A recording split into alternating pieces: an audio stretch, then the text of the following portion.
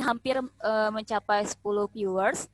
Kemudian juga ada di channel YouTube-nya Dispusip Kabupaten Pangandaran, ada 33 viewers. Kurang lebih berarti senang sekali bersama kita malam hari ini. Sudah bergabung kurang lebih 133 peserta webinar yang siap untuk mendengarkan pemaparan materi dari 3 narasumber kita yang sangat keren. Untuk peserta webinar yang ingin bertanya, nanti bisa langsung ke kolom chat di Zoom serta di chat YouTube dengan format nama, kemudian asal, daerah ataupun instansi, kemudian narasumber yang ditujukan, kemudian isi pertanyaan dengan singkat dan padat. Tentunya sebelum kita mulai pemaparan materi yang akan disampaikan oleh para narasumber, izinkanlah saya untuk menyapa terlebih dahulu 3 narasumber kita yang luar biasa. Yang terhormat Ketua Pengurus Daerah Ikatan Pustakawan Indonesia Provinsi Jawa Barat, Ibu Dr. Hajah Oom Nurrohmah, MSI. Selamat malam Ibu, sudah bergabung bersama kami. Selamat malam, Lujeng Wengi, Neng Ade. Lujeng Wengi Ibu, Ibu malam ini sangat cantik sekali, Masya Allah. Sudah siap ya Bu ya, nanti untuk memaparkan materi. Semoga sehat selalu amin. Ibu. Baik, yang kami hormati auditor pertama pada Inspektorat Kabupaten Pangandaran dan Penyuluh Anti Korupsi LSP2 KPK RI, Bapak Riki Ahmad Hardiansyah SH. Selamat malam Bapak Riki, sudah bergabung bersama kami.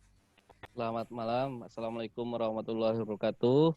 Waalaikumsalam warahmatullahi wabarakatuh. Sampes Bapak hatur nuhun atas terima kasih. Semoga sehat selalu ya Pak ya. Amin. Amin. Kemudian saya juga ingin menyapa Sekretaris Dinas Perpustakaan dan Kearsipan Daerah dan Kearsipan Kabupaten Pangandaran yang tidak kalah keren, yaitu yang terhormat Bapak Haji Usep Effendi SPD MPD. Selamat malam Bapak. Malam. Assalamualaikum. Waalaikumsalam warahmatullahi wabarakatuh. Sehat selalu ya Pak ya.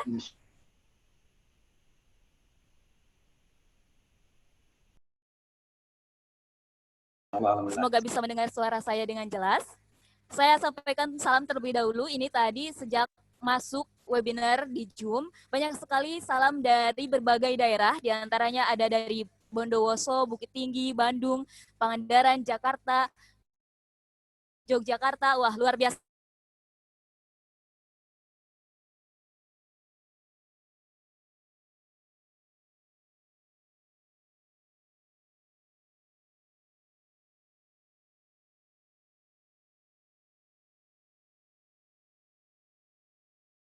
Menggembor-gemborkan gerakan literasi termasuk TBM ataupun komunitas yang lainnya, maka terhalang oleh pandemi COVID-19. Akan tetapi hal tersebut bisa diminimalisasi dengan adanya gerakan literasi melalui diskusi daring, kemudian juga bisa membuat channel mengenai literasi di akun YouTube. Kemudian juga webinar ini yang bertajuk Gerakan Literasi di Era Adaptasi Kebiasaan Baru akan mengupas pergerakan literasi pada masa pandemi hingga adaptasi kebiasaan baru, mulai dari kebijakan dan juga gerakan literasinya. Baiklah hadirin, kita akan bersama-sama menyimak seperti apa sih pandangan dari narasumber kita terkait gerakan literasi di era adaptasi kebiasaan baru. Kita akan hadirkan narasumber kita yang pertama, yaitu Ketua Pengurus Daerah Ikatan Pustakawan Indonesia Provinsi Jawa Barat, Ibu Dr. Hajah Oom Nurrohmah MSI. Saya izin baca biografi beliau terlebih dahulu. Beliau lahir di Ciamis tanggal 23 Juni 1900, Doktor Ilmu Pendidikan. Kemudian untuk organisasi tahun 2020 ini sampai Jabar, kemudian sebagai pembina PDG PMB Jabar tahun 2015 sampai dengan sekarang. Tidak lupa juga riwayat pekerjaan formal beliau, diantaranya untuk tahun 2020 yaitu Pustakawan Ahli Madya pada Dispusipda Provinsi Jawa Barat. Luar biasa sekali. Materi kita yang pertama ini tentunya asli dari Kabupaten Pangandaran. Terima kasih. Langsung saja saya persilakan kepada Ibu Dr. Hajah Oom Nurrohmah MSI untuk memberikan pemaparan materi malam hari ini. Persilakan Ibu.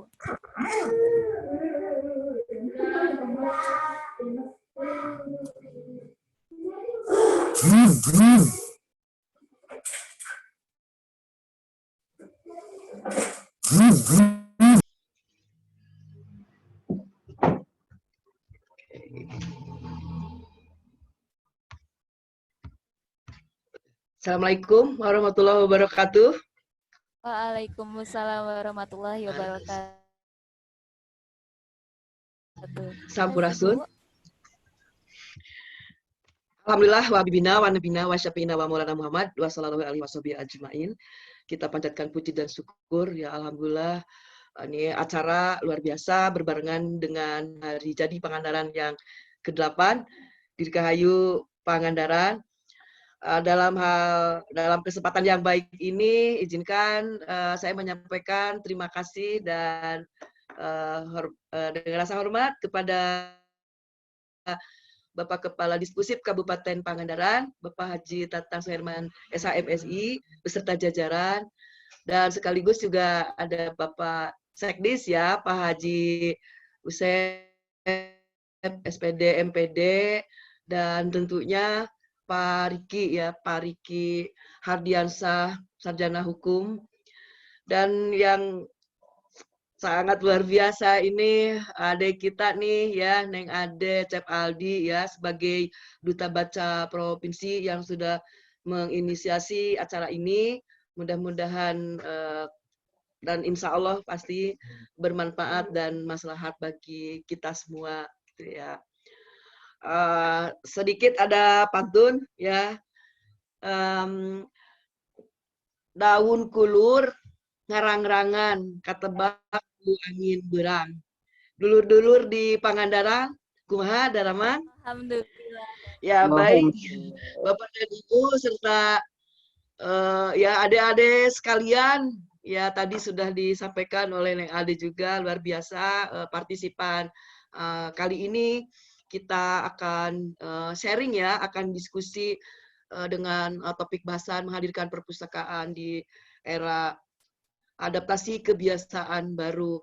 Tadi juga sudah disampaikan oleh Bapak Kadis gitu ya, bahwa kita ini udah 9 bulan tak terasa ya menghadapi atau dalam suasana pandemi gitu ya, yang kemudian pada tanggal 15 Mei akhirnya Bapak Presiden Republik Indonesia ya menginstruksikan untuk pada fase adaptasi kebiasaan baru karena berbagai pertimbangan, terutama untuk menjalankan roda aktivitas dengan tetap memperhatikan protokol kesehatan. Dan Bapak dan Ibu dan adik sekalian, ini juga sangat berpengaruh terhadap segala sendi kehidupan, sendi aktivitas, termasuk di dunia perpustakaan. Oh, saya lupa. Tadi sudah disampaikan ya tentang Ikatan Pustakawan Indonesia. Kebetulan sampai tahun 2023 saya ditunjuk untuk sebagai Ketua Ikatan Pustakawan Indonesia.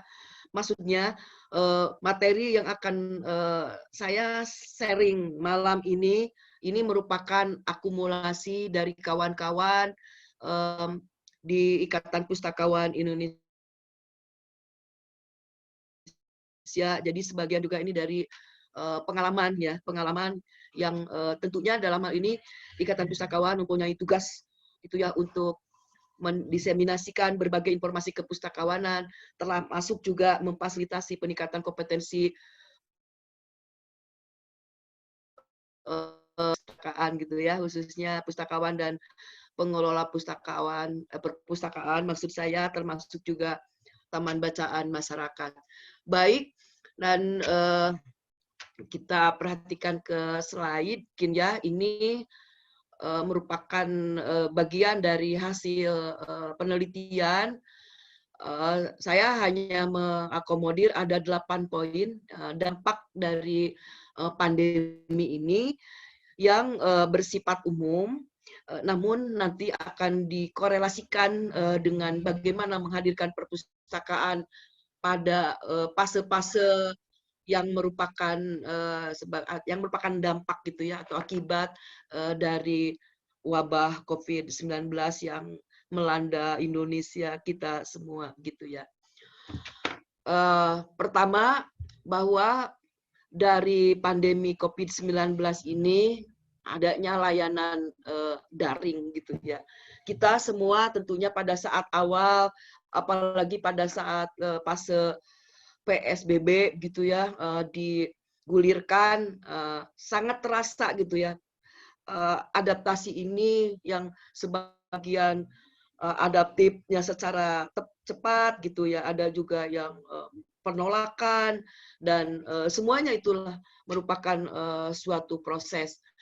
Termasuk kepentingan kita sehari-hari ini untuk mengurangi sentuhan fisik atau kerumunan, itu salah satunya melalui layanan daring yang pertama kita ini dalam konsumsi atau menggunakan layanan daring ini adalah hal-hal yang bersifat primer atau esensial.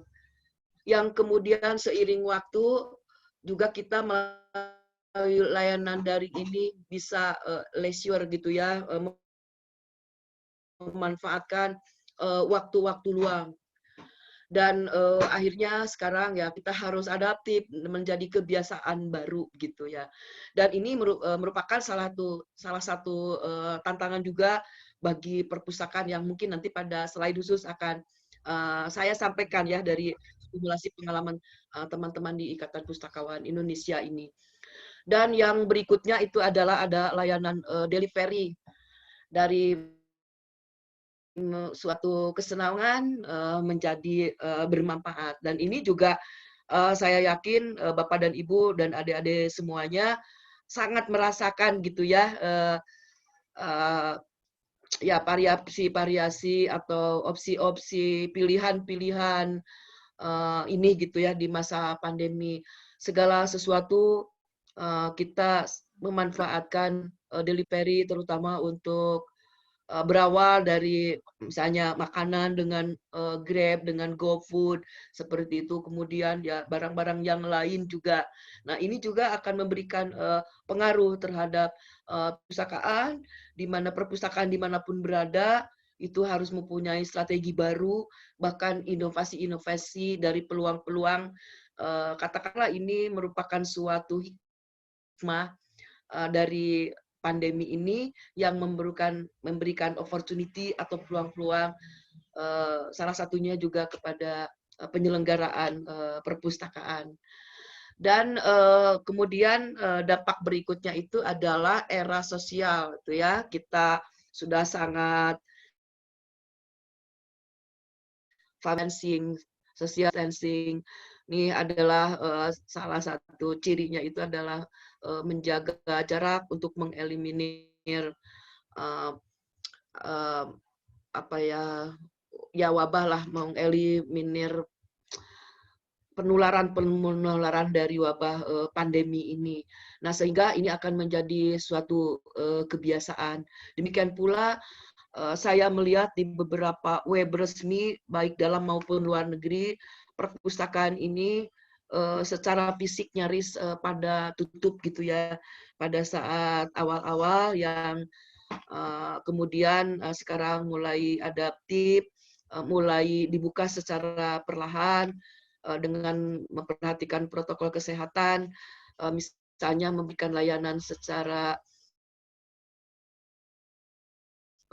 close access atau secara tertutup atau secara jasa delivery, dan nanti mungkin akan dibahas juga salah satunya diskusi pada Provinsi Jawa Barat punya program inovasi makan jengkol ya, mari kita antar jemput koleksi gitu ya.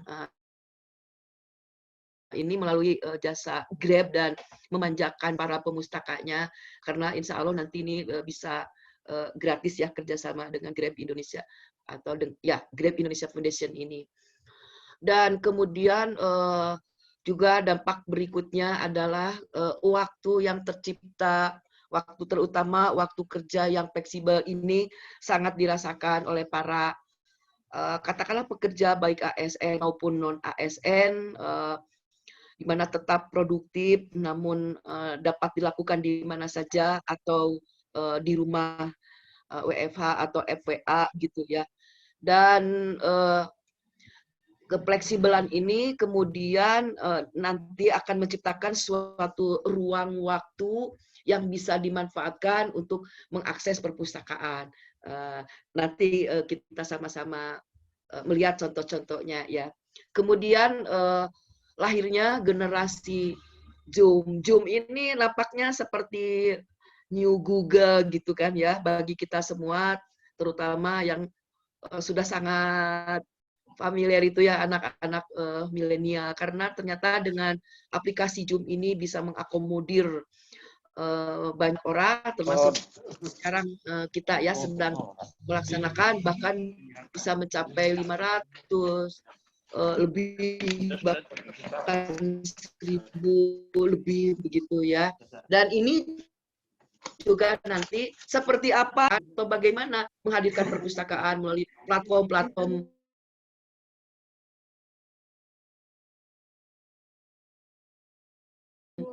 semacam aplikasi. Selama ini menjadi suatu kekhawatiran, ada trust society, jadi ada rasa kekhawatiran, ada rasa saling curiga, dan ada ya kekhawatiran, bahkan kekhawatiran yang berlebihan, seperti ada semacam ancaman kehilangan pekerjaan misalnya, atau kita saling curiga mencuriga gitu karena berseliweran informasi-informasi tentang pandemi yang menyeramkan ini. Nah, disinilah saatnya perpustakaan juga hadir untuk memberikan informasi-informasi yang edukatif gitu, yang objektif dan tidak mengandung unsur hoax gitu ya, untuk menenangkan masyarakat dari rasa khawatir dan dari rasa saling curiga itu tadi gitu ya. Ini pun nanti seperti apa kita akan bahas ya. Kemudian ya hikmah dari pandemi ini juga berikutnya itu adalah kebangkitan era virtual. Ya kita sekarang ini seiring dengan waktu tanpa sadar kita sudah membangun suatu kebiasaan bahwa segala sesuatu ini sekarang ini by virtual gitu ya. Dan salah satunya Perpustakaan Nasional RI ini sudah memberikan suatu ruang virtual bagi pemustaka gitu untuk melakukan suatu aktivitas di perpustakaan ini gitu ya. Nanti ini berbasis online, segala sesuatu berbasis online, bahkan ada home learning, dan ini akan sangat terasa oleh teman-teman di satuan pendidikan atau di lingkungan dinas pendidikan gitu ya. Sekarang belajar dari rumah. Nah, seperti itu. Nah, seperti apa perpustakaan mendukung terhadap program belajar dari rumah? Tentunya ini nanti akan menjadi suatu tantangan untuk membuat suatu paket-paket e-learning misalnya gitu ya.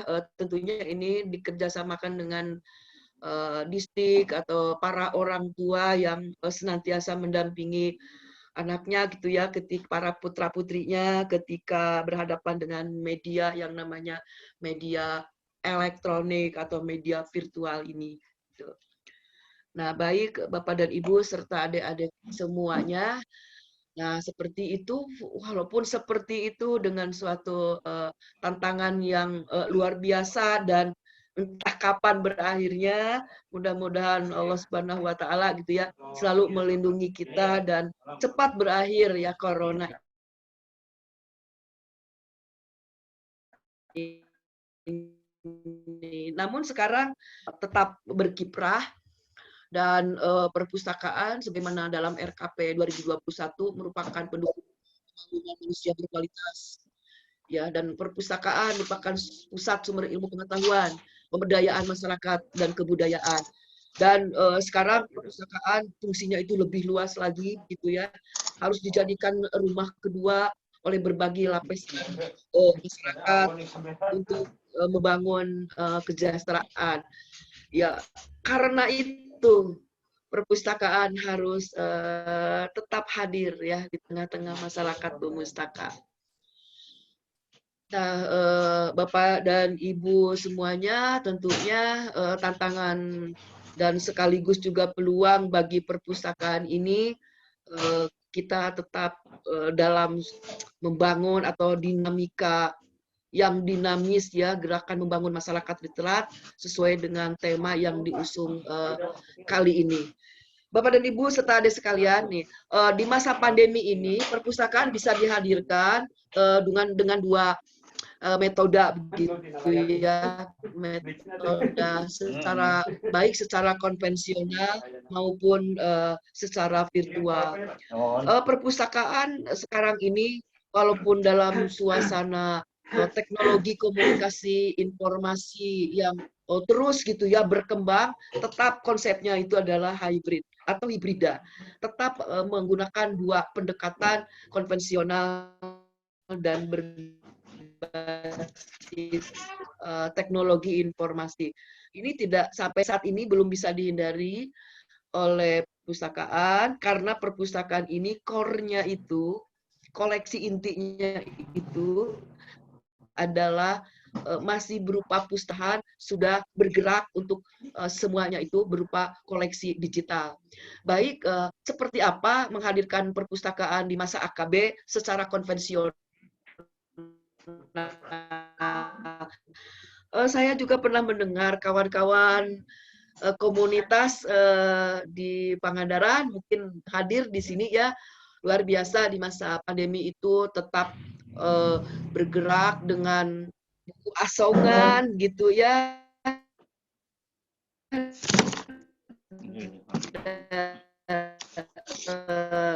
di tepi pantai, di mana pada saat tahap awal itu dicatat siapa yang memerlukan apa begitu ya, dengan alamat lengkap, bekerja sama dengan RT RW, bukunya atau koleksinya disimpan di depan pintu begitu ya.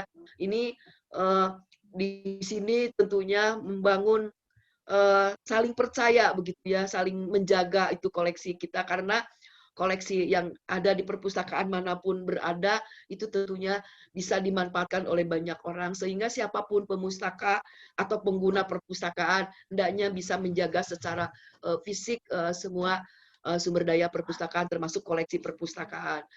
Tadi luar biasa ya, selamat Pak Kadis, kita nanti akan punya perpustakaan yang hebat ya. Oke, dan menjadi kebanggaan kita semua. Nah, kemudian tadi saya sudah mengupas juga inovasi yang dilakukan oleh Disipda Provinsi Jawa Barat, di mana Ikatan Pustakawan Indonesia juga terlibat di dalamnya, terutama untuk membangun kompetensi pengelolanya, juga memfasilitasi, memediasi gitu untuk jaringannya ini gitu. Salah satunya itu adalah tadi makan jengkol atau mari antarkan buku dengan kolaborasi ya, dan tadi sudah disebutkan menggayat Grab Indonesia. Nah ini mungkin tidak seperti ini saja, ini tentunya akan disesuaikan. Kalau di Pangandaran ya seperti di Pangandaran dengan keunikan tersendiri, seperti adik-adik duta baca dari TBM, dari komunitas-komunitas, ada komunitas plankton, ada komunitas apa lagi, itu kan bisa delivery ini dengan bersepeda sambil berolahraga, dibikin fun ya, dibikin menyenangkan. Itu menjadi sesuatu yang menyenangkan dan mengesankan gitu ya, kita bisa berbagi gitu ya dalam suasana seperti ini. Baik, ini kan bisa yang konvensional ini bisa dikembangkan ya sesuai masing-masing, silakan dieksplor gitu ya seluas mungkin. Nah ini seperti ini program makan jengkol yang berbasis delivery ya. Nah, kemudian yang berikutnya itu adalah tentunya tidak bisa dipungkiri sesuai dengan perkembangan zaman teknologi informasi sekarang udah masuk ke revolusi industri 4.0 gitu ya, yang berindikasikan ada big data, ada artificial intelligence, ada robotik gitu ya, ada e-commerce, indikator-indikator revolusi 4.0 ini adalah menjadi suatu fondasi kita melakukan beradaptasi gitu ya, supaya kita adaptif sesuai dengan perkembangan zaman. Kita harus mengeksplor semua portal-portal atau kapasitas-kapasitas yang ada di digital ini. Termasuk salah satunya adalah digital library. Kita patut berbangga karena Perpustakaan Nasional RI sudah punya Indonesia One Search ya. Dan Indonesia One Search ini sampai sekarang sudah berisikan beribu-ribu buku ya, termasuk e-resource yang mungkin akan sulit didapat kalau bukan oleh Perpustakaan Nasional RI, yaitu buku-buku dari luar negeri. Tentunya prioritas buku-buku koleksi Nusantara gitu, atau buku-buku yang terbitan Indonesia. Ini merupakan suatu peluang bagi kita semua untuk sama-sama kita manfaatkan IOS ini gitu ya. Dan kita bisa lihat di slide gitu ya, bahwa ternyata pengguna repositori udah lebih dari 75% yang ada dalam konten iOS itu tadi itu ya. Jadi sekali lagi Indonesia One Search ini adalah untuk kita semua. Nah seperti ini Indonesia One Search ini ada guidance-nya gitu ya, ada penjelasannya. Bapak dan Ibu serta adik-adik sekalian bisa membukanya gitu ya di internet. Ya. Nah, berikutnya di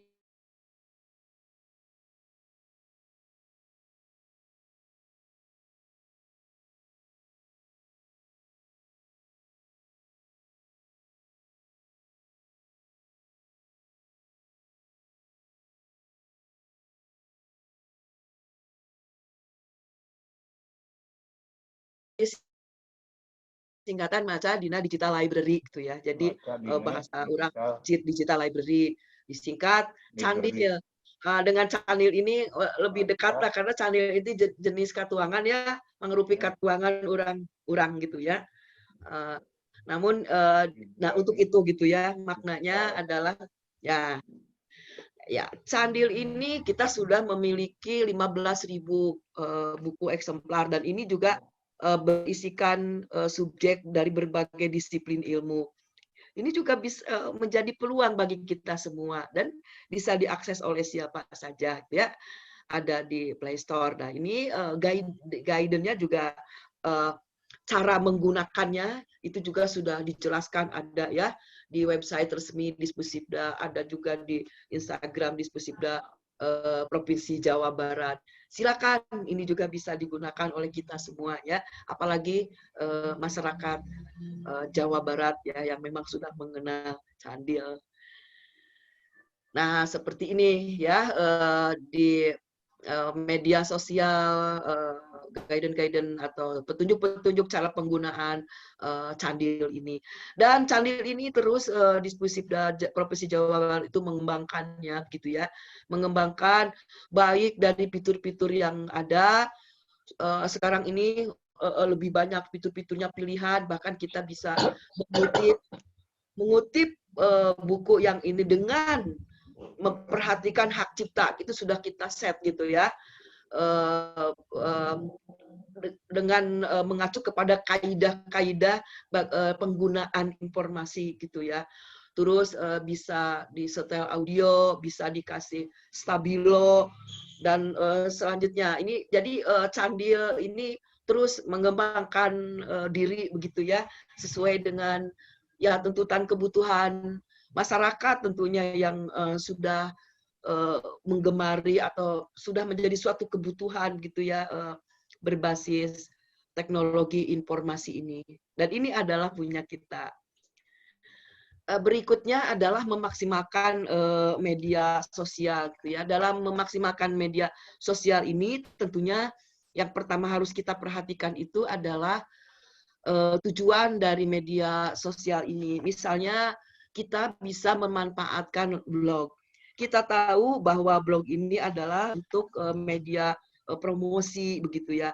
Media promosi ini baik untuk corporate atau organisasi, institusi, termasuk juga untuk branding personil atau untuk mempromosikan individu atau diri kita gitu ya. Nah, kalau kita bicara perpustakaan atau taman bacaan atau nama lain gitu ya, pojok baca dan nama lain wadah membaca masyarakat ini, tentunya itu udah termasuk ke brand corporate atau ke promosi unit kerja gitu atau unit lah ya, organisasi seperti itu.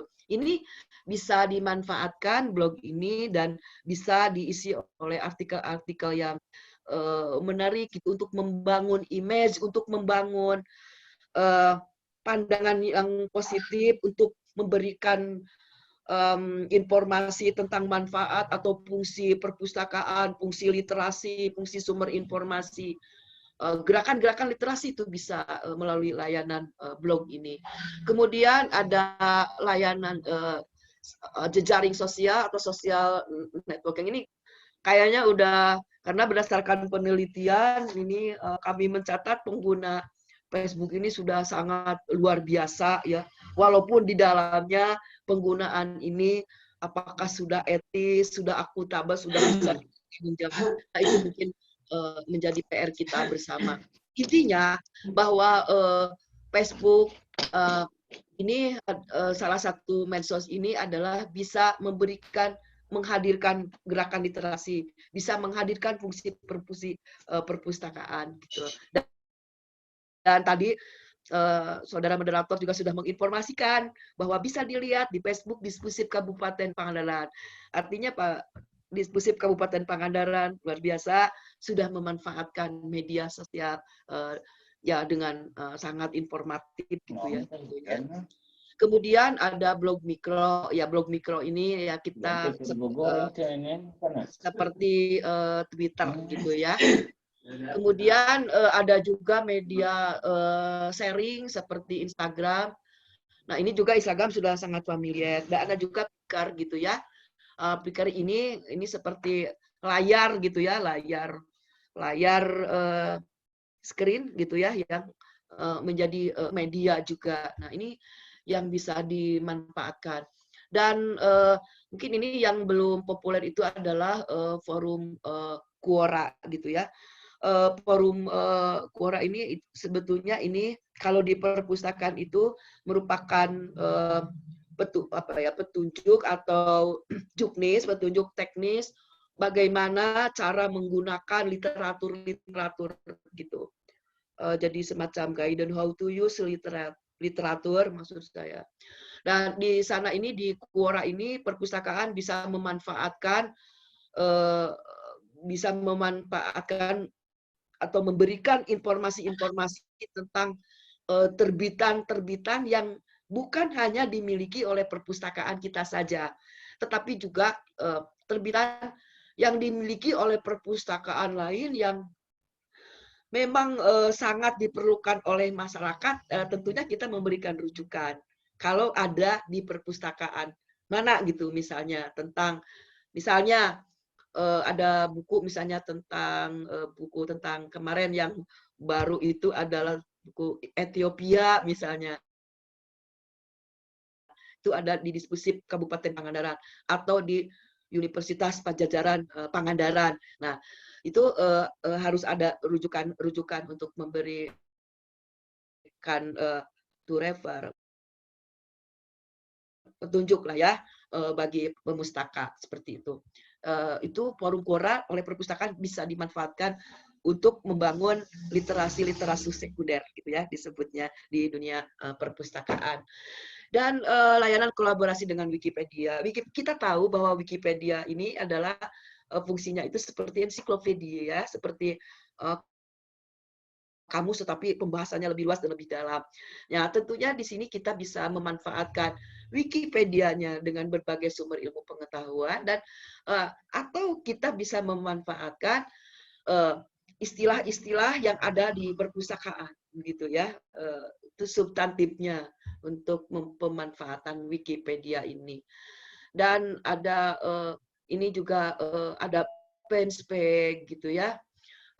Ini sama ya seperti tadi merupakan media interaksi gitu ya dengan pemustaka. Nah, termasuk juga email gitu ya. Sekarang email bahkan digunakan untuk komunikasi juga ya dengan pemustaka. Jadi sekarang kita sudah tidak asing lagi, secara individu sudah memiliki email, dan email ini juga bisa dimanfaatkan untuk menyebarkan berbagai ragam informasi.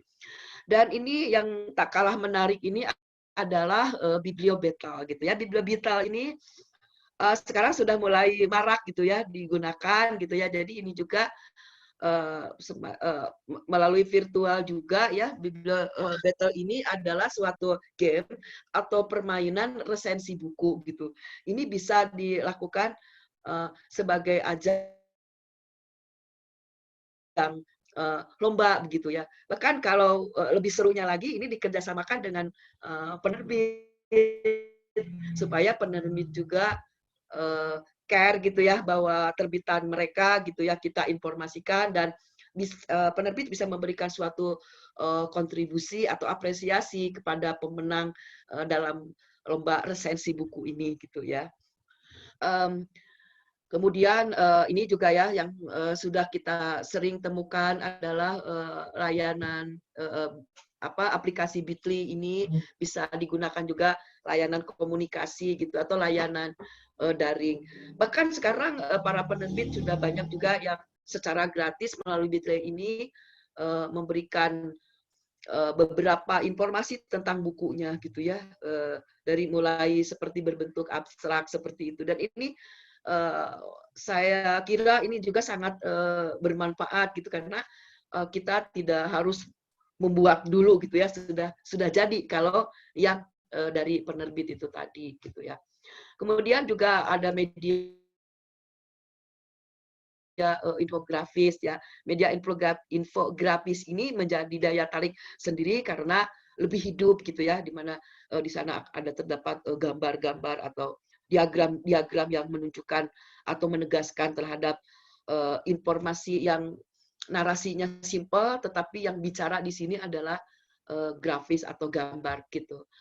Kemudian kita juga bisa membangun ekosistem virtual melalui aplikasi Zoom, Webex, juga Meet, Lightmeet, Meet itu seperti itu dulu adalah merupakan suatu wadah komunikasi virtual yang bisa jamak gitu ya, yang bisa mengakomodir banyak orang. Tentunya di sini sangat efektif ya untuk gerakan literasi, apalagi nanti mungkin Pak Sekdis akan membahas lebih khusus lagi tentang transformasi perpustakaan berbasis inklusi sosial.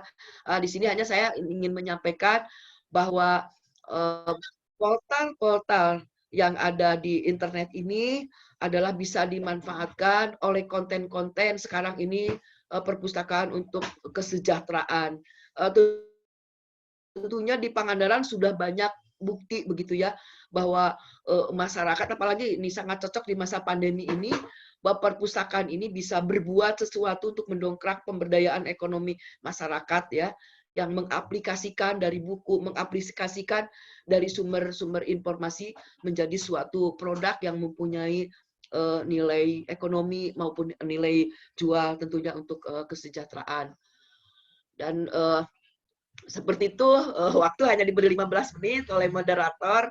Jadi gambarannya itu bahwa perpustakaan tetap bisa bersama kita, tetap harus hadir bersama masyarakat untuk melakukan, untuk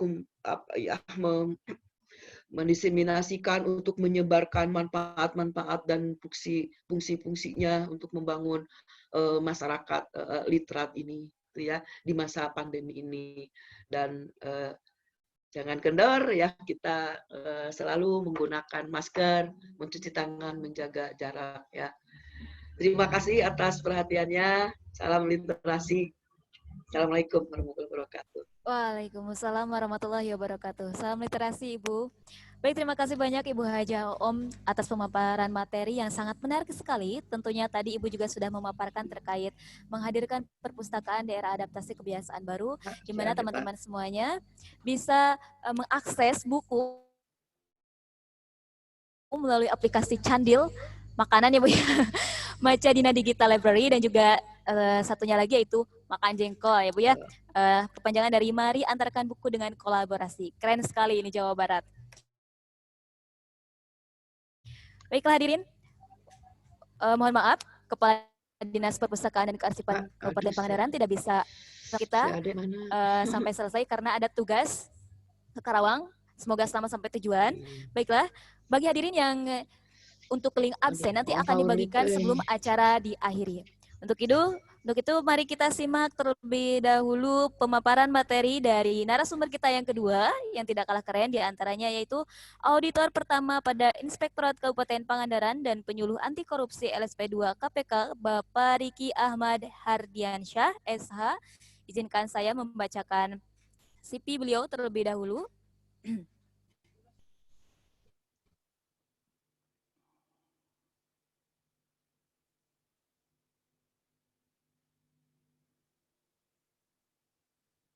Silakan.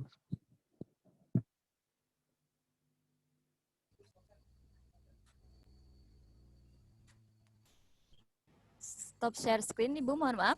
Baiklah, saya akan membacakan CV terlebih dahulu dari Bapak Riki. Lahir di Bandung 25 Januari 1982,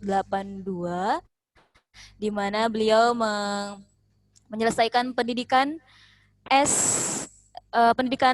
perguruan tinggi di Universitas Galuh Ciamis pada tahun 2008 sampai dengan 2012, dan sekarang menjabat sebagai Fasilitator Diklat Penyuluh Anti Korupsi Pusat Edukasi Anti Korupsi ACLC KPK RI, kemudian juga sebagai auditor di Inspektorat Pemerintah Daerah Kabupaten Pangandaran.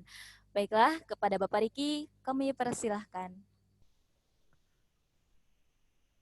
Izin share screen, Bu Moderator.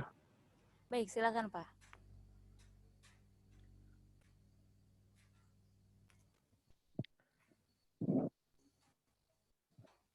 Assalamualaikum warahmatullahi wabarakatuh. Waalaikumsalam warahmatullahi wabarakatuh. Sampurasun. Terima kasih. Ya. Terima kasih kepada pihak panitia ya, penyelenggara. Dinas Perpustakaan Kabupaten Pangandaran tentunya bekerja sama dengan Dinas Perpustakaan Provinsi ya, yang sekarang ini diwakili oleh ahli perpustakaan ya dari Jawa Barat, Ibu Haji. Terima kasih atas pemaparannya. Mohon izin juga buat yang terhormat Kepala Dinas Perpustakaan Kabupaten Pangandaran, Pak Haji Tatang. Begitu pula yang saya hormati Sekretaris Dinas Perpustakaan Kabupaten Pangandaran, Bapak Usep. Dan tentunya yang saya banggakan para peserta, Ibu Bapak dan rekan-rekan yang ada di Kabupaten Pangandaran, umumnya yang sekarang lagi menyimak acara ini. Dan acara ini tadi menurut informasi moderator live di YouTube ya, Mbak Ade. Mudah-mudahan acara ini berjalan lancar dari awal sampai akhir. Izinkan saya ada pantun nih, tidak mau kalah dengan Ibu Hajah. Kalau mau ke Pangandaran, singgah dulu ke Parigi. Mohon izin perkenalkan, nama saya Riki. Seperti itu. Mungkin ini tampilan di layar Bapak Ibu udah ada mungkin. Mohon bimbingannya Pak Mbak Moderator. Sudah tampil? Sudah Pak, tapi kurang jelas. Kemungkinan sinyal dari Bapak. Oke, saya ulang share screen-nya ya. Oke.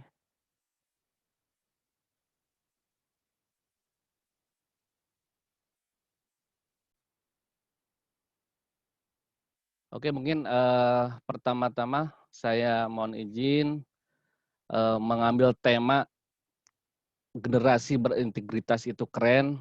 Kebetulan saya aktif sehari-hari itu di Inspektorat Kabupaten Pangandaran atas izin pimpinan Pak Inspektur Pak Apip Winayadi. Saya bisa hadir bersama Ibu Bapak dan rekan-rekan sekarang ini dalam acara webinar ini. Dan acara ini sekaligus memperingati hari jadi Kabupaten Pangandaran yang ke-8, dan tidak terasa mudah-mudahan Kabupaten Pangandaran bisa berkembang maju ke depannya sesuai dengan visi misi Kabupaten Pangandaran menuju wisata internasional. Tadi menyimak di awal terkait literasi ya. Ini salah satu narasumber senior kami ya. Mudah-mudahan kedepannya bisa berkolaborasi Ibu Hajah ya dengan generasi-generasi yang ada di Kabupaten Pangandaran, dan saya yakin ketika kita punya cita-cita yang ketika kita punya cita-cita yang sama ya, perjuangan kita, perjalanan kita masih cukup panjang ya Bu Haji. Ketika kita diwajibkan untuk menyiapkan generasi-generasi kedepannya untuk mengganti kita gitu kan, untuk menuju negara ini lebih baik.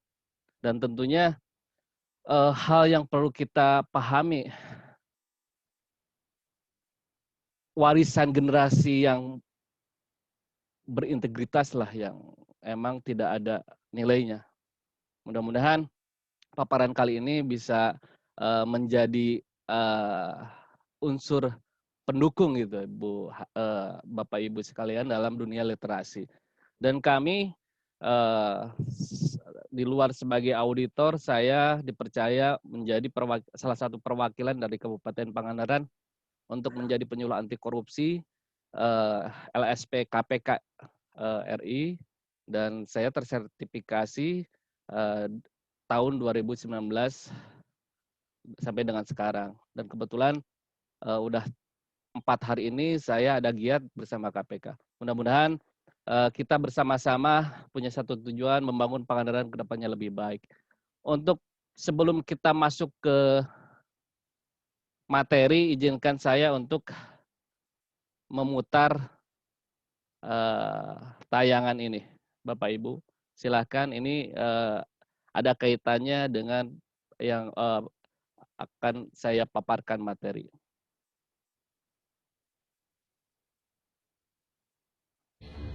Or would you do the right thing? We've decided to find out. Mohon moderator, apakah jelas gambarnya moderator? Moderator Mbak Ade. Kurang jelas, Pak. Mohon maaf. Kurang jelas ya? Kurang jelas, Bapak. Mohon maaf. Oke, saya share screen lagi ya.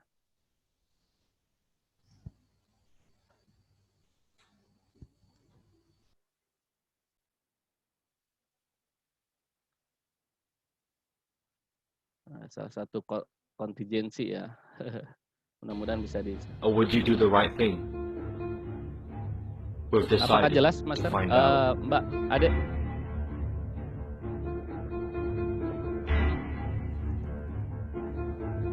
Apakah jelas, Mbak Ade? Ya, sudah ada, Pak.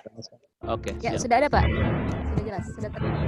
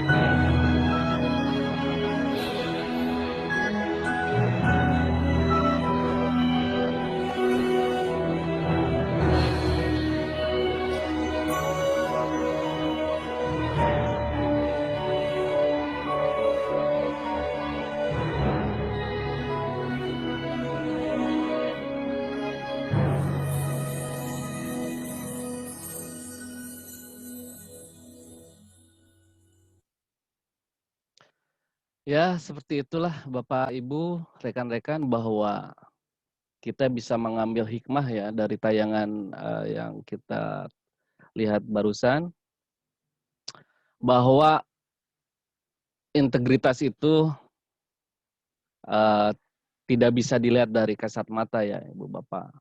Tidak bisa dilihat dari sekaya apa gitu ya, serapih apa orang tersebut. Ternyata orang yang tidak diduga justru berbalik gitu ya. Dialah yang emang mempunyai norma-norma dalam kehidupan, yaitu kejujuran. Nah, mungkin salah satu tayangan tersebut bisa kita ulas, kita diskusi, dan kita langsung ke materi. Dan silahkan Master, Mbak Ade, untuk men-sharekan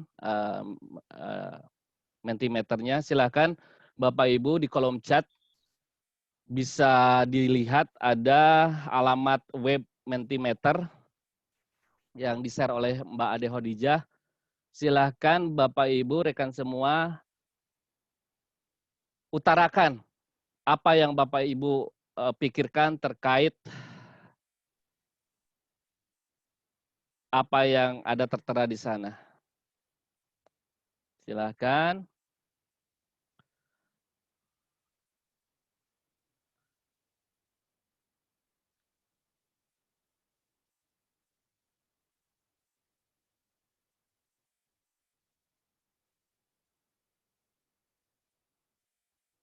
Silakan, mohon izin kurang lebih 3 menit bisa mulai berinteraktif ya, apa yang dipikirkan terkait dengan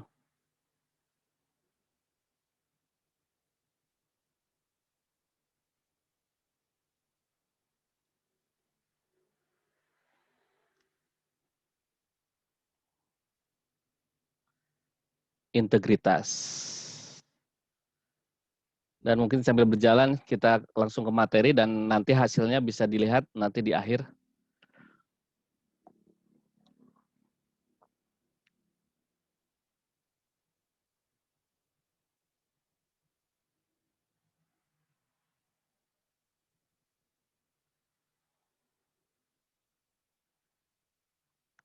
Mohon izin share screen lagi.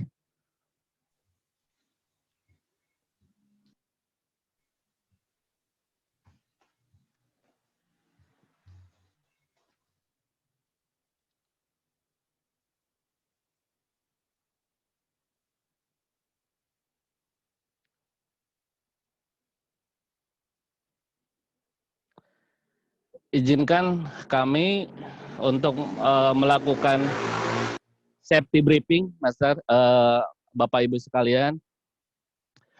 Ini salah satu kebiasaan kami dalam menyuluh di manapun kita berada. Pertama, disarankan untuk mengecek audio sebelum acara ini dimulai. Jika perangkat yang digunakan sedang tersambung ke pusat listrik, pastikan kabelnya dalam kondisi aman. Jika mengikuti kegiatan ini secara kelompok dalam satu ruangan, mohon menjaga jarak aman sesuai protokol keamanan kesehatan COVID. Dan jika terjadi kondisi darurat, misalnya gempa bumi atau kebakaran saat acara, harap tetap tenang. Dan jangan panik, Bapak Ibu. Ikuti petunjuk keselamatan sesuai dengan arahan dari Badan Nasional Penanggulangan Bencana. Seperti itu, kita mulai ke materi.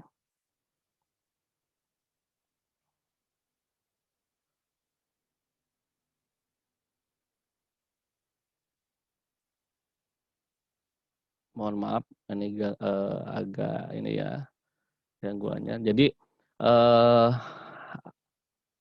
terkait integritas itu adalah sesuatu hal ya, sesuatu yang sesuai norma agama atau nilai-nilai yang emang kita yakini. Dan tujuan saya menyajikan topik ini di mana nanti peserta Bapak Ibu atau rekan-rekan semuanya mampu menjelaskan terkait integritas, paham ya terkait integritas, dan ini ada kaitannya ya dengan isu anti korupsi ya. Nanti kita bisa lihat nilai-nilai anti korupsi itu apa saja sih, dan ini berkaitan juga dengan potensi konflik kepentingan.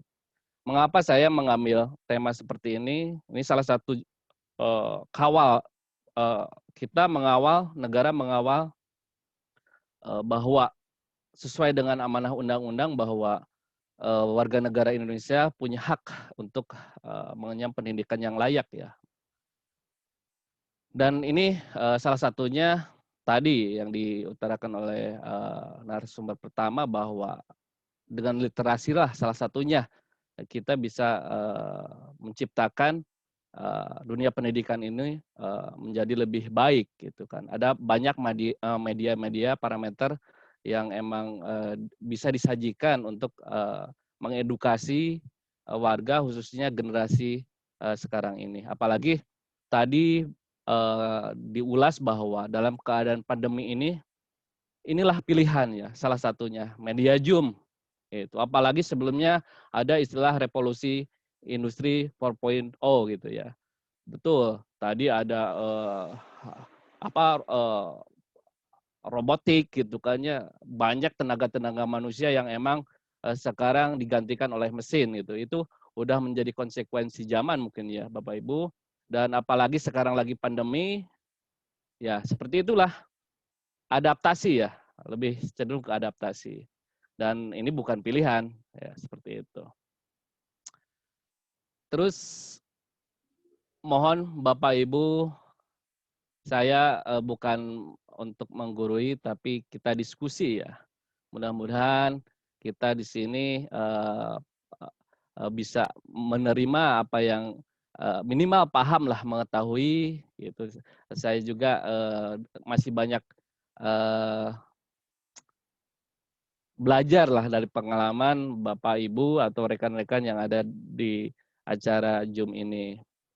Mungkin seperti filosofi yang ada kita lihat di layar ini, ya kalau kita bertahan dengan opini kita, ya mungkin paparan-paparan yang kita sajikan ya mungkin hanya lewat saja. Mohon sekiranya kita sama-sama untuk belajar bersama. Jadi semakin kita terbuka, insya Allah mudah-mudahan ada sedikitnya yang pengalaman yang bisa di-sharingkan seperti itu. Mungkin ini filosofi gambar yang ada di monitor Bapak Ibu sekalian. Dan tentunya mungkin Bapak Ibu kita open mic aja ya. Open mic aja, mohon izin moderator, kita diskusi aja lah ya. Mungkin Bapak Ibu tahu apa yang ada di layar monitor ini? Silahkan open mic. Ini Pak Agus ya. Dia seorang penjaga keamanan ya. Dia menemukan uang 100 juta dekat tong sampah ya. Dia padahal gajinya cuma 2,2 juta di kota lagi. Tapi dia punya niat baik ya. Dia masih memegang norma itu ya. Sampai dia mengembalikan. Dan ini yang di tengah Pak Mulyadi, dia seorang office boy. Dia menemukan uang 100 juta di wastafel toilet mall ya. Sungguh luar biasa. Dan selanjutnya Pak Wanto, petugas kebersihan hotel, dia menemukan uang 150 juta ya. Sungguh luar biasa. Itulah ya. Integritas tidak bisa diukur oleh keadaan fisik kasat mata ya. Tidak bisa dinilai bahwa jabatannya seperti apa. Gitu. Ya, ini ada realistis gitu, Bapak Ibu. Dan Bapak Ibu tahu ini? Silakan open mic. Mungkin generasi milenial tahu nih ya. Kemarin kita lagi berduka di serang wabah, malah ada orang yang ngeprank gitu kan ya. Sampai ini slogan-slogan ini lumayan juga menjadi brand di anak kecil nih, gitu ya. Jadi bohong, padahal bohong. Ini kebiasaan-kebiasaan yang jangan sampai menjadi karakter ya. Nah ini peran-peran rekan-rekan sahabat di Duta Baca Literasi, nanti kita berkolaborasi ya. Kami di sini Penyuluh Anti Korupsi punya banyak media Bapak Ibu yang ada di sekolah juga, mungkin Bapak Ibu yang ada di sekolah di Kabupaten Pangandaran, ini adalah sesi kedua ya. Pertama kita pernah hadir ketika acara di Hotel Sinarahayu ya. Waktu itu dihadiri oleh Kepala Sekolah SMP dan SD se-Kabupaten. Mungkin ada yang masih ingat ya. Nah, kita nanti berbagi pengalaman Bapak Ibu. Jadi apa itu integritas? Ya. Berasal di bahasa Latin. Keteguhan sikap dalam mempertahankan prinsip yang menjadi landasan hidup dan melekat pada diri seorang sebagai nilai-nilai moral. Banyak istilah yang diungkapkan oleh para ahli, Bapak Ibu, rekan sekalian. Dan intinya integritas itu adalah kita mengacu pendekatannya ini bahwa integritas itu adalah fondasi untuk mencegah kita melakukan hal yang buruk ya. Di kampus KPK, integritas adalah bertindak secara konsisten antara apa yang dikatakan dengan tingkah lakunya sesuai nilai-nilai yang dianut. Nah, seperti itu. Karena kita bukan tokoh terdahulu, Bapak Ibu. Coba lihat Bung Hatta ya, dengan penuh kesederhanaan beliau memimpin negara ini. Beliau adalah seorang negarawan penuh kesederhanaan. Karena itu kita harus punya pedoman ya. Harus punya sistem yang mengontrol perilaku kita. Karena kita bukan mereka gitu.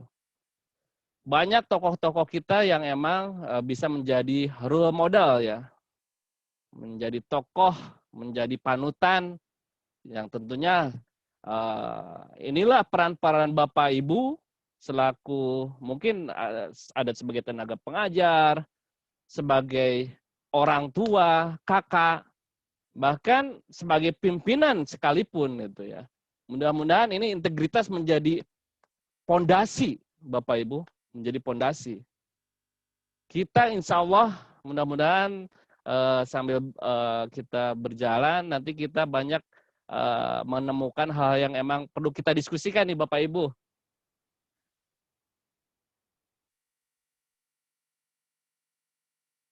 Nah, jadi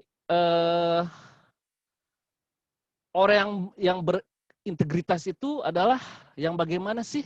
Ya, memiliki integritas pribadi, kepribadian utuh ya. Tidak tergoda melakukan penyelewengan dengan kewenangan yang dimiliki. Nah, mudah-mudahan ini suatu edukasi yang emang bisa diberikan ya kepada anak didik kita, anak kita sendiri, keluarga gitu. Apalagi dalam zaman sekarang ini ya perlu pemahaman yang tegas gitu ya.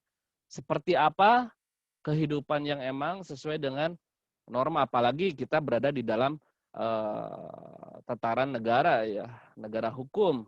Hukum positif kita jelas seperti apa gitu kan. Ketika kita melakukan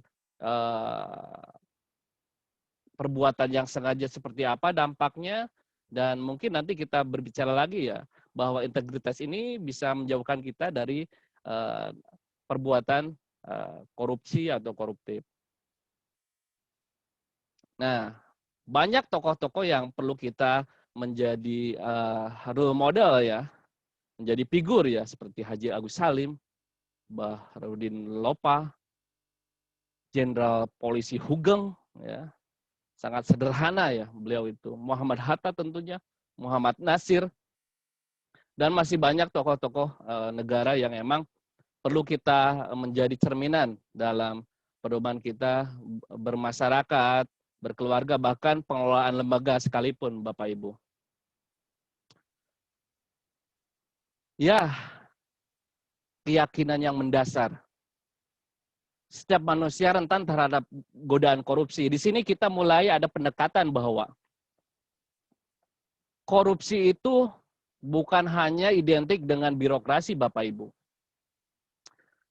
Justru kita sebagai masyarakat juga kadang tidak terlepas apa yang terjadi dalam kehidupan dari dulu sampai sekarang, yaitu korupsi. Kita harus mulai membuka pemahaman kita bahwa korupsi bukan hal yang tabu, Bapak Ibu. Kita harus selaku warga negara harus peduli ya, harus peduli. Ini salah satu nilai pemahaman, nilai-nilai integritas yang nanti kita akan paparkan. Jadi integritas itu apa sih Bapak Ibu? Simpelnya gitu ya. Jadi apa yang dilakukan sesuai apa yang dibicarakan dengan dasar etik, ya, nilai luhur, agama, budaya, dan kemanusiaan. Jadi intinya integritas itu yang baik-baik deh Bapak Ibu, seperti itu. Gitu. Nah, kita mulai bercermin ya. Kadang kita kalau bercermin itu biasanya ya mojang-mojang Pangandaran ya sok gitu ya. Pak Adem tanda apa intinya? Bercermin untuk melihat siapa diri kita ya. Jadi kita kadang ada saatnya berefleksi ya Bapak Ibu. Momen menggunakan kaca pembesar terhadap siapa sih diri kita gitu.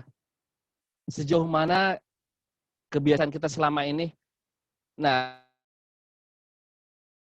Bisa bersilaturahim dengan para sahabat, para guru dan rekan-rekan semua yang alhamdulillah pada kesempatan ini saya berkesempatan untuk berbagi dengan seluruh yang bisa hadir di kegiatan malam ini. Saudara-saudara yang saya hormati, yang saya banggakan, begitu luar biasa hari ini, malam ini kita melakukan kegiatan, begitu banyak upaya-upaya pembedahan kita yang ingin memastikan tentang bagaimana fungsi dan peran kita yang sedang melakukan upaya terbaik yang dilakukan oleh kita dalam rangka memastikan bahwa kehidupan berbangsa, bernegara, membentuk generasi terbaik dalam kehidupan yang semakin baik. Tadi dipaparkan fungsi dan peran perpustakaan dengan gerakan literasi.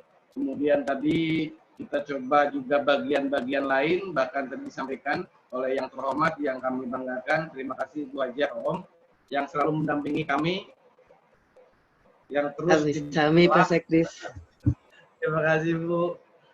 Alhamdulillah hari ini kami berkesempatan dengan inisiasi yang luar biasa dari adik-adik Duta Baca Provinsi Jawa Barat. Pada kesempatan ini saya mencoba untuk lebih mendetailkan dari konsep apa itu peran fungsi perpustakaan, bagaimana itu literasi, yang coba ditarik menjadi sebuah program yang sekarang begitu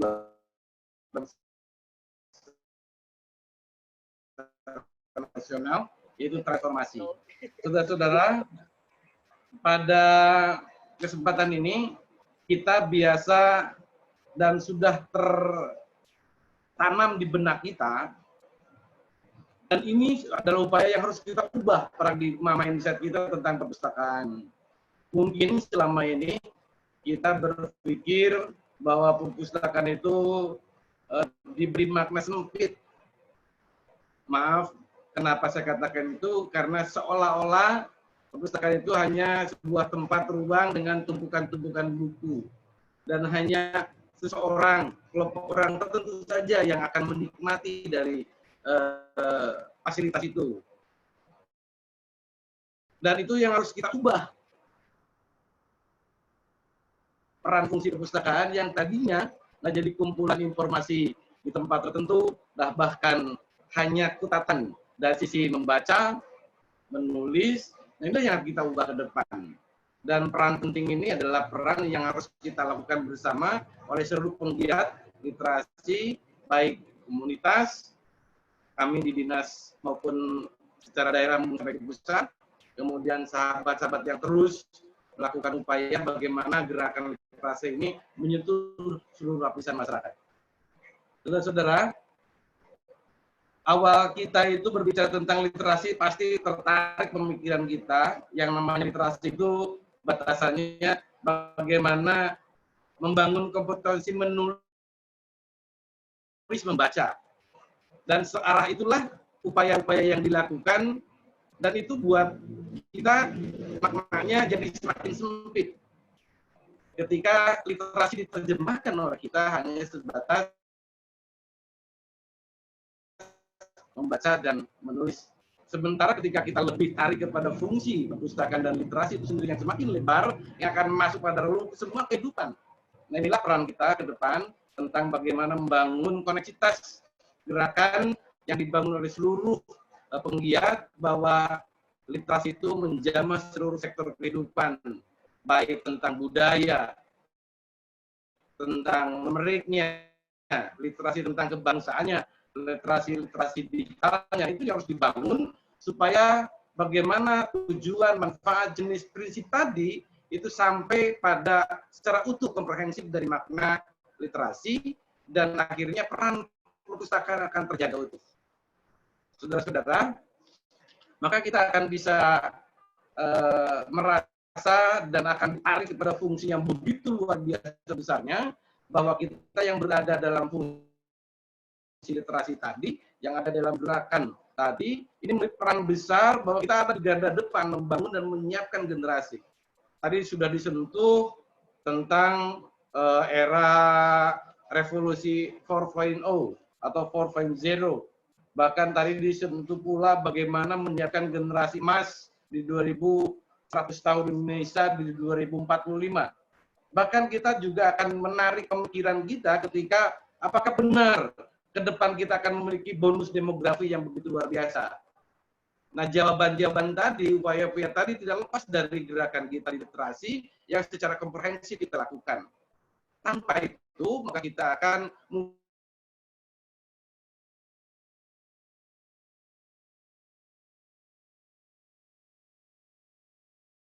bukan bonus yang kita terima, karena mungkin bukan bonus, tetapi sesuatu yang mungkin punya tugas lain yang harus kita lakukan. Nah, inilah peran kita di literasi itu, bagaimana membangun seluruh sektor, bukan hanya bagaimana kemampuan membaca, bagaimana kompetensi menulis, tetapi bagaimana kehidupan yang harus dilakukan oleh seluruh lapisan masyarakat, mulai dari usia dini sampai usia yang paling akhir, karena kita konsep perpustakaan, konsep pendidikan sama, yaitu pendidikan sepanjang hayat. Inilah yang harus kita lakukan, dan upaya-upaya strategi seperti apa yang kita sinergikan, kita bangun bersama agar fungsi dan peran literasi dan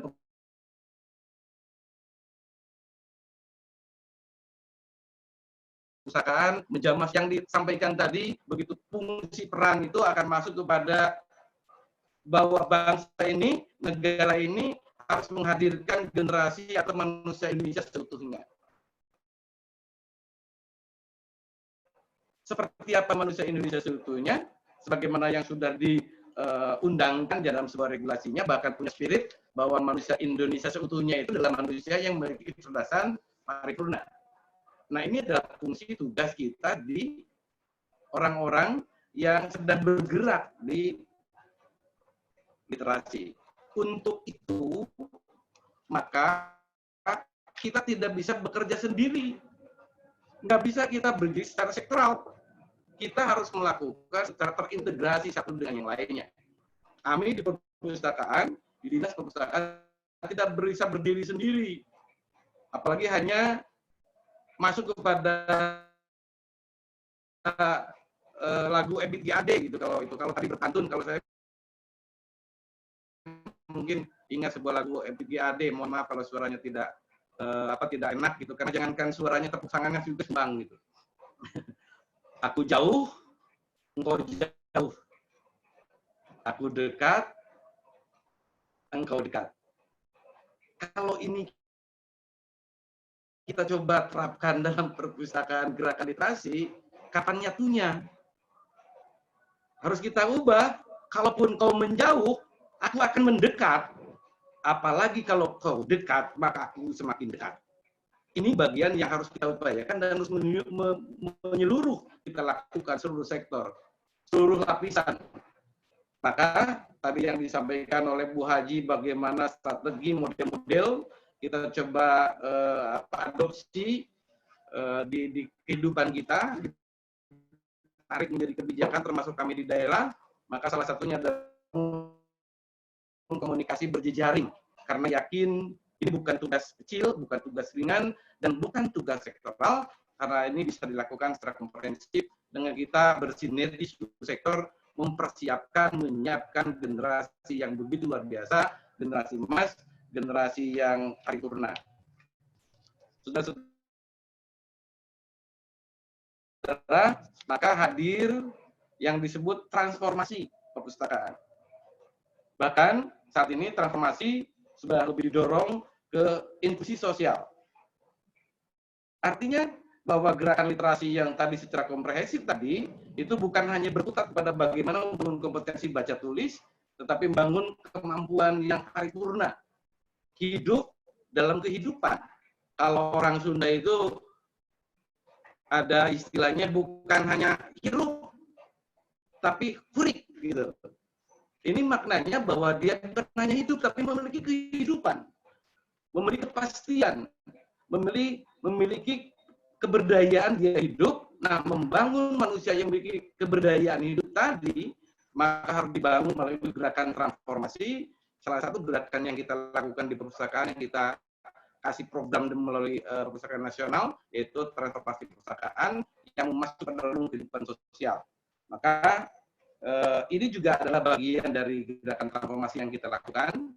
Hari ini, saat ini, kita mengadakan webinar ini adalah bagian tindak lanjut dari apa yang sudah kita bangun gerakan. Saudara-saudara, kami di Pangandaran memiliki program bukan hanya melahirkan yang disebut Duta Baca, tapi mudah-mudahan kami juga selain melahirkan bisa membesarkan dengan mengayomi, paling tidak bisa memapah generasi yang sekarang sedang berada di paguyuban Duta Baca untuk lebih berdaya dan memberikan kontribusi positif